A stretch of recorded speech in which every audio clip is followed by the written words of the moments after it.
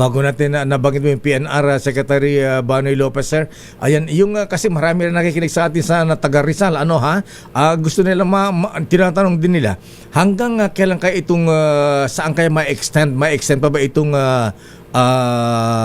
LRT hanggang sa may Antipolo dun sa Tama may po. anong lugar nga ba 'yon? Dito may ngayon po Apo Deo hanggang Masinag lang po Ay, yan. Masinag, hanggang Opo. Masinag.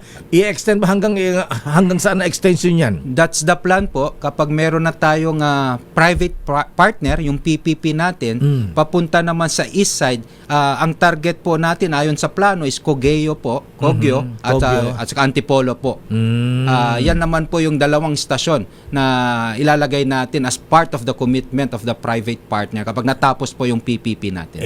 Sinong kapartner ng gobyerno dyan sa PPP, Secretary? Sir? Wala pa po at kakasimula po lang natin ng market sounding. So, ang mangyari dito, ito po yung pagpunta natin sa ibang bansa at basically naniligaw tayo ng mga investor, yung mga international company na may ganito kaming plano, baka may gustong pumondo sa inyo. And the good thing po, napakaganda po ng reception ng market sounding natin. After that po, magsisimula na tayo ng sinasabi natin procurement at para masalang naman po natin yung karapat-dapat na maging partner natin para dyan.